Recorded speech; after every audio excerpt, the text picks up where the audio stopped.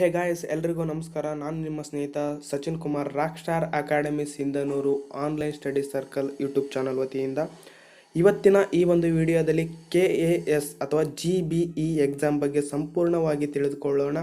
ಅದಕ್ಕಿಂತ ಮುಂಚೆ ಸ್ನೇಹಿತರೆ, ನಮ್ಮ rock star academy Sindhanur YouTube ಚಾನಲನ್ನು ತಪ್ಪದೇ ಸಬ್ಸ್ಕ್ರೈಬ್ ಮಾಡಿ ಹಾಗೂ ಬೆಲ್ ಬಟನ್ ಐಕನನ್ನು ಒತ್ತೋದ್ರ ಮೂಲಕ ಸದಾ ನೋಟಿಫೈ ಆಗಿರಿ.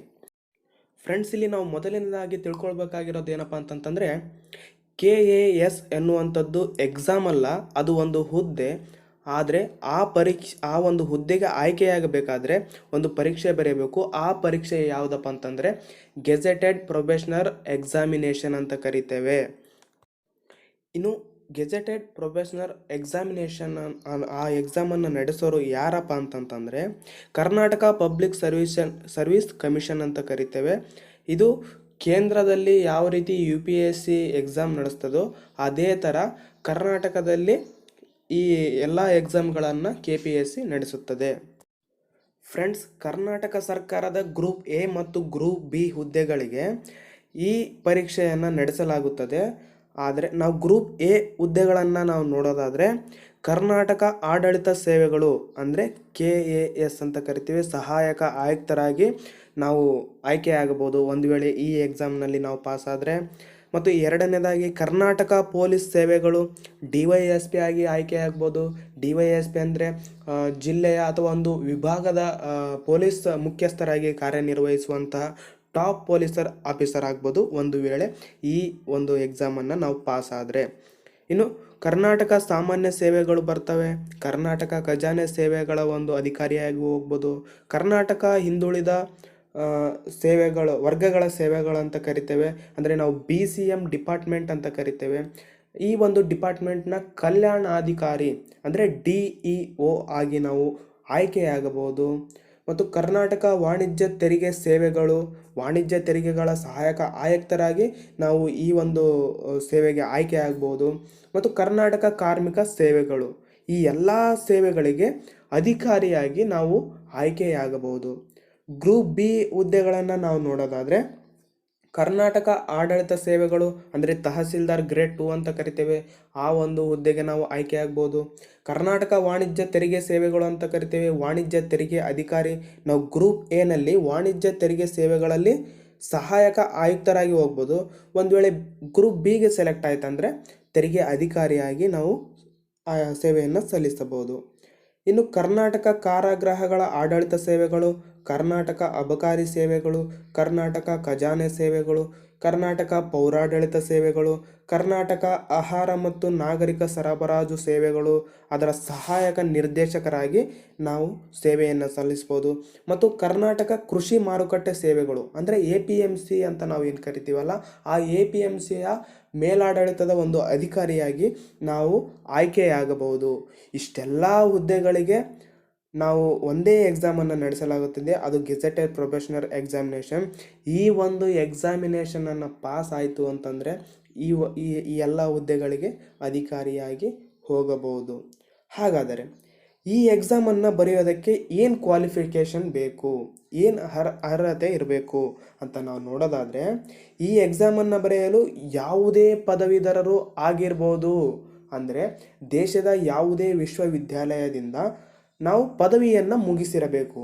BA, BCom, BSc, BCA, BBA ಇನ್ನು ಇತರೆ ಎಲ್ಲ ಡಿಗ್ರಿಗಳನ್ನು ಮುಗಿಸಿದರೆ, ಯಾವುದೇ ಒಂದು ಡಿಗ್ರಿಯನ್ನು ಮುಗಿಸಿದರೆ ಈ ಎಕ್ಸಾಮನ್ನು ನಾವು ಬರೆಯಬಹುದು.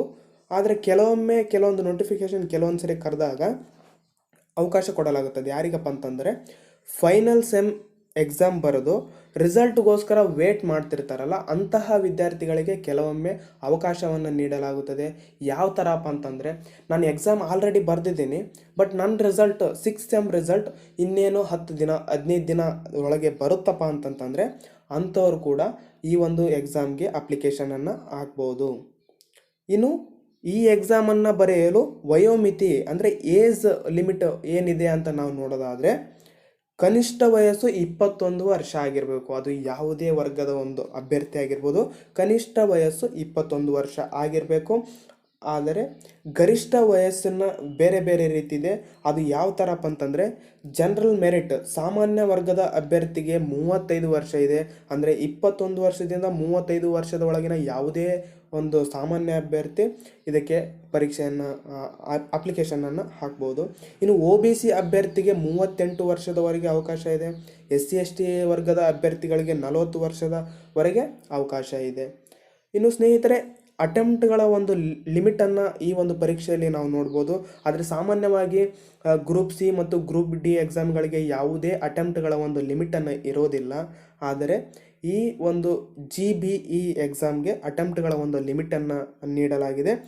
ಆ ಲಿಮಿಟ್ಗಳನ್ನು ನಾವು ನೋಡೋದಾದರೆ, ಜನರಲ್ ಮೆರಿಟ್ ಅವರಿಗೆ 5 ಅಟೆಂಪ್ಟ್ಗಳು, ಅಂದರೆ ಕೇವಲ 5 ಬಾರಿ ಮಾತ್ರ ಅವರು ಈ ಎಕ್ಸಾಮನ್ನು ಫೇಸ್ ಮಾಡ್ಬೋದು. ಇನ್ನು OBC ಅಂದರೆ ಇತರೆ ಹಿಂದುಳಿದ ವರ್ಗದ ಅಭ್ಯರ್ಥಿಗಳು 7 ಬಾರಿ ಈ ಪರೀಕ್ಷೆಯನ್ನು ಬರೀಬೋದು. SC/ST ವರ್ಗದ ಅಭ್ಯರ್ಥಿಗಳಿಗೆ ಯಾವುದೇ ಮಿತಿ ಇಲ್ಲ. ಅಂದರೆ ಕನಿಷ್ಠ ವಯಸ್ಸು 21 ವರ್ಷದಿಂದ ಗರಿಷ್ಠ ವಯಸ್ಸು 40 ವರ್ಷದವರೆಗೆ ಯಾವುದೇ SC/ST ಅಭ್ಯರ್ಥಿಯು ಕಂಟಿನ್ಯೂಯಸ್ ಆಗಿ ಎಕ್ಸಾಮನ್ನು ತಗೊಳ್ಬೋದು.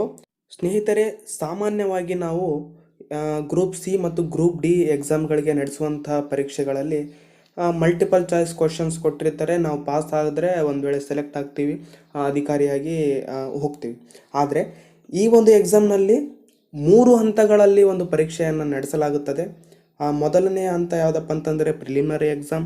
ಅಲ್ಲಿ ಮಲ್ಟಿಪಲ್ ಚಾಯ್ಸ್ ಕ್ವಶನ್ಸನ್ನು ಕೇಳಲಾಗ್ತದೆ. ಎರಡನೇ ಹಂತ ಮೇನ್ಸ್ ಎಕ್ಸಾಮ್ ಅಂತ ಕರಿತೇವೆ. ಅಲ್ಲಿ ಮುಖ್ಯ ಪರೀಕ್ಷೆ ಅಂತ ಕರಿತೀವಿ. ಅಲ್ಲಿ ನಾವು ರಿಟರ್ನ್ ಎಕ್ಸಾಮನ್ನು ಬರೀಬೇಕಾಗ್ತದೆ. ಮೂರನೇ ಹಂತ ಬಂದುಬಿಟ್ಟು ಪರ್ಸ್ನಾಲಿಟಿ ಟೆಸ್ಟ್ ಅಂತ ಕರಿತೇವೆ. ಅಂದರೆ ನಮ್ಮ ವ್ಯಕ್ತಿತ್ವದ ಒಂದು ಪರೀಕ್ಷೆಯನ್ನು ನಡೆಸಲಾಗುತ್ತದೆ. ಈ ವ್ಯಕ್ತಿ ನಾಳೆ ಅಧಿಕಾರಿಯಾಗಿ ಹೋಗಲು ಅರ್ಹನಿದ್ದಾನೆ ಅಂತೇಳಿ ಅಲ್ಲಿ ಚೆಕ್ ಮಾಡಲಾಗುತ್ತದೆ. ಈ ಒಂದು 3 ಹಂತಗಳಲ್ಲಿ ಸರಿಯಾದ ಯೋಗ್ಯವಾದ ಒಂದು ದಷ್ಟವಾದ ಒಂದು ಅಭ್ಯರ್ಥಿಯನ್ನು ಆಯ್ಕೆ ಮಾಡಿ ಅಧಿಕಾರಿಯಾಗಿ ಕಳಿಸಲಾಗುತ್ತದೆ. ಫ್ರೆಂಡ್ಸ್, ಇವತ್ತಿನ ವಿಡಿಯೋದಲ್ಲಿ ಇಷ್ಟೆಲ್ಲ ಮಾಹಿತಿಗಳನ್ನು ತಿಳ್ಕೊಂಡಿದ್ದೇವೆ. ಇನ್ನು ಮುಂದಿನ ವಿಡಿಯೋದಲ್ಲಿ ಪ್ರಿಲಿಮಿನರಿ ಎಕ್ಸಾಮ್ನಲ್ಲಿ ಯಾವ ಪೇಪರ್ ಇರ್ತವೆ ಮತ್ತು ಮೇನ್ಸ್ ಎಕ್ಸಾಮ್ನಲ್ಲಿ ಯಾವ ಪೇಪರ್ಗಳು, ಎಷ್ಟು ಪೇಪರ್ಗಳಿರ್ತವೆ ಮತ್ತು ಎಷ್ಟು ಅಂಕಗಳನ್ನು ಹೊಂದಿರ್ತವೆ ಅಂತ ತಿಳ್ಕೊಳ್ಳೋಣ. ಮತ್ತು ಪರ್ಸ್ನಾಲಿಟಿ ಟೆಸ್ಟಿಗೆ ಎಷ್ಟು ಅಂಕಗಳನ್ನು ನಿಗದಿ ಮಾಡಿರಲಾಗಿರುತ್ತೆ ಅಂತ ತಿಳ್ಕೊಳ್ಳೋಣ. ಸ್ನೇಹಿತರೆ, ನಮ್ಮ rock star academy Sindhanur online study circle YouTube ಚಾನಲನ್ನು ತಪ್ಪದೇ ಸಬ್ಸ್ಕ್ರೈಬ್ ಮಾಡಿ ಹಾಗೂ ಸಾಧ್ಯವಾದಷ್ಟು ಲೈಕ್ ಆ್ಯಂಡ್ ಶೇರ್ ಮಾಡಿ. ಧನ್ಯವಾದಗಳು.